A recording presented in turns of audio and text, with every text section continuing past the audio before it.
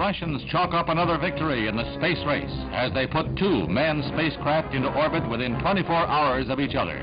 Colonel Pavel Popovich and Major Andriy Nikolaev follow in the footsteps of two other Russian astronauts, Titov and Gagarin, and thus give the Soviets 4 manned orbital flights against 2 for the United States. Within 72 hours, the first man aloft traveled more than 1 million miles, 4 times the distance to the moon, a distance it would take a jet airliner 2.5 months to fly.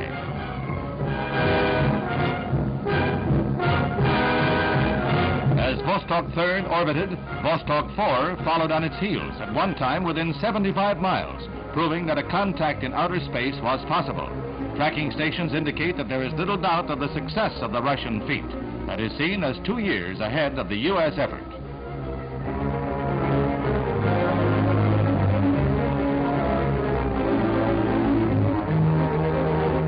The Soviets made the most of the flight in their worldwide propaganda and televised pictures of the astronauts from outer space. Naturally, there was jubilation in Russia, and the crowds followed the progress of the new heroes in Red Square. Other troubles were forgotten.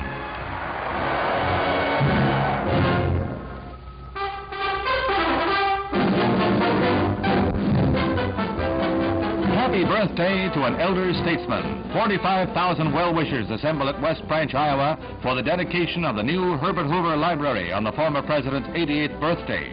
Here, state papers and mementos of Mr. Hoover's long and fruitful career will be preserved for study by historians. The cottage where Mr. Hoover was born is a few yards from the library. It is being dedicated in ceremonies that see former President Truman joining with Mr. Hoover for the gala event. The Hoover Library, like the Eisenhower, Truman, and Roosevelt libraries, will be part of the National Archives. After receiving a warm tribute from Mr. Truman, Mr. Hoover took the occasion to ask for a council of free nations to fight communism.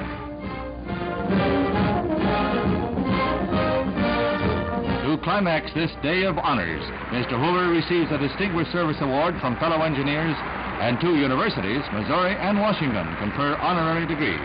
The nation pays tribute to a man who has dedicated his life to public service.